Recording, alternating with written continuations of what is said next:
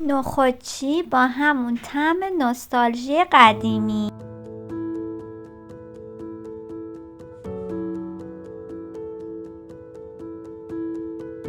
برای شیرینی‌های مثل نخودچی حتما باید روغن جامد استفاده بشه، ولی به نظر من لطف شیرینی‌های خونگی به اینه که با کره درست بشه و حتما باید دوغ کره رو بگیریم که قبلا یه دونه ویدیو گذاشتم، لینکشو براتون میذارم.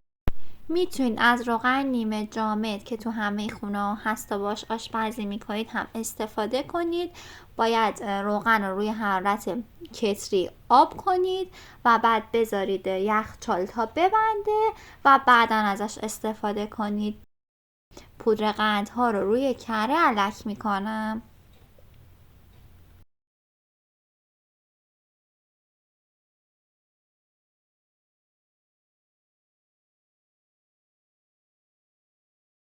با لیسک، کره و پودر قند رو خوب مخلوط میکنم.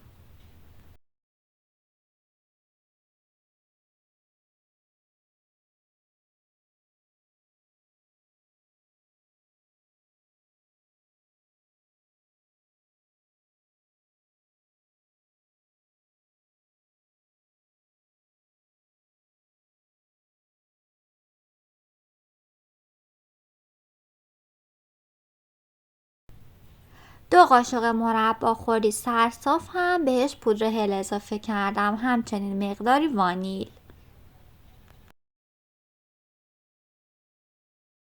با همزن برقی حسابی همش میزنم تا مواد پفکی بشه.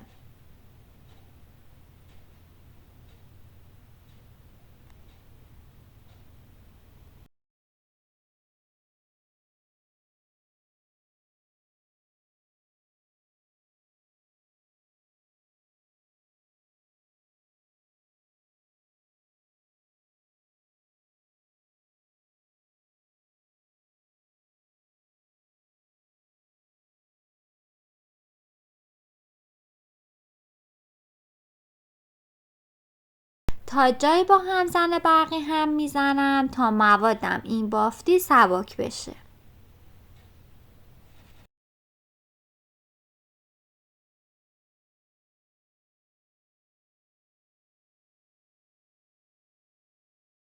الان وقت اضافه کردن آرد نخودچیه. بهتر از آرد نخودچی مرغوب استفاده کنید که روی نتیجه کار خیلی تاثیر میذاره.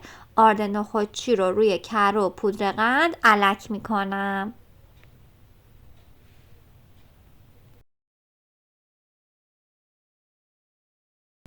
طی چندین مرحله آرد رو روی پودر قند الک میکنم و هم میزنم.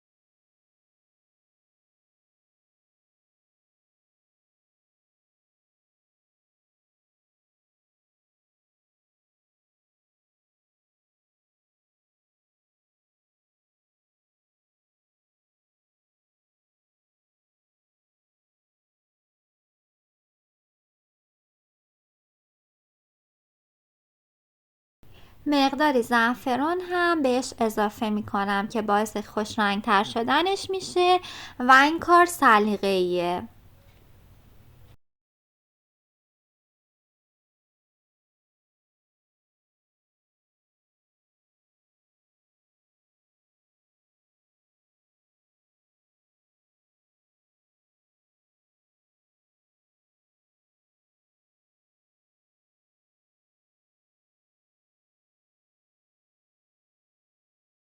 تو این مرحله خمیر دیگه سفت شد و نمیشه با لیسک هم زد و کم کم آرد رو اضافه میکنم و با دست مخلوط میکنم.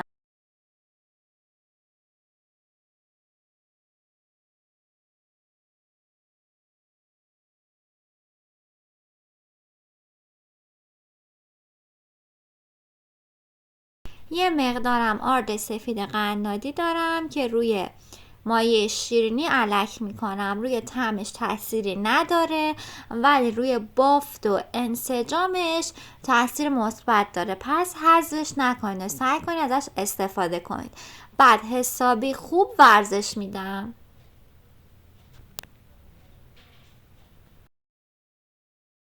اگه هنوز داخل چنل من سابسکرایب نکردین چنلمو رو سابسکرایب کنین که کلی آموزش های خوشمزه تو راهه.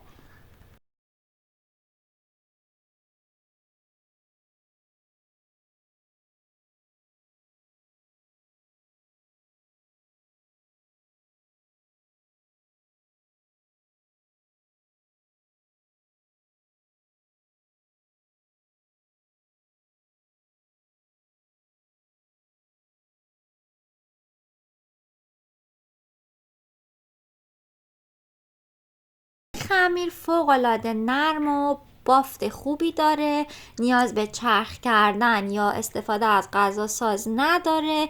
یه مقداری که بین دوتا دست ورز داده بشه کاملا منسجم میشه و بافت نرمی پیدا میکنه. اصلا هم ورز دادنش کار سختی نیست چون فوق العاده بافت این خمیر نرم و منسجمه. همینطور که میبینید من یه کم تو دستم این خمیر رو فشار میدم، سریع خمیر کاملا نرم و لطیف به دست میاد.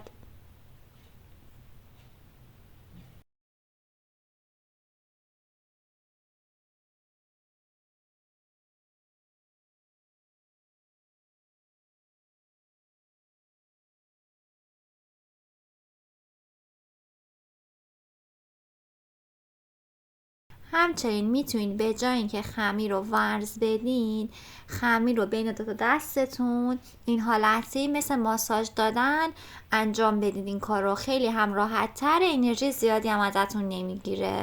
وقتی خمیر این حالتی منسجم شد بهش 1 ساعت استراحت میدیم و بعدا قالب میزنیم. میتونین بلا فاصله قالب بزنین خمیر رو، ولی من بهتون پیشنهاد میکنم مثل من 1 ساعت به خمیر استراحت بدین، تو این فاصله خودتون هم 1 ساعت استراحت کنید.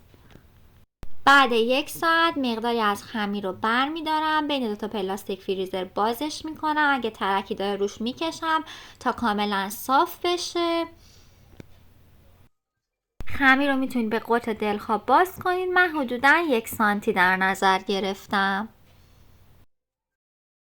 من اینجا 2 تا کاتر نخودچی دارم که از کاتر سایز کوچیک میخوام استفاده کنم.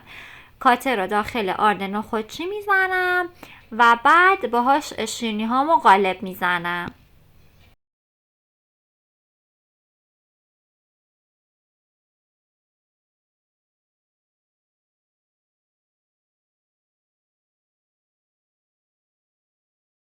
کف سینی فر کاغذ روغنی پهن میکنم، نیاز به چرب کردن هم نداره. یه مقدار زعفرون دم کرده غلیظ دارم که با گوشت پاک کن روی شیرینی ها خالیجات میکنم. این کار کاملا سلیقه‌ایه.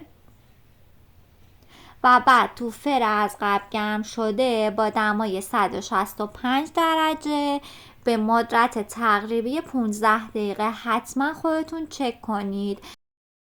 زمانی که بوی خوب شیرینی بلند شد این شیرینی حاضره. تا زمانی هم که داغه اصلا بهش دست نزنین چون پودر میشه. من این شیرینی ها رو تو ظرف دربسته داخل یخچال میذارم، بین لایه هاش هم کاغذ روغنی قرار میدم و تا زمان عید این شیرینی ها رو به این صورت نگه میدارم. قبل سروم 1-2 ساعت زودتر در میارم تا به دمای محیط برسه. مرسی که تا انتهای این ویدیو با من همراه بودین. برای دیدن ویدیوهای بیشتر چنل مهتاب پز رو سابسکرایب کنید.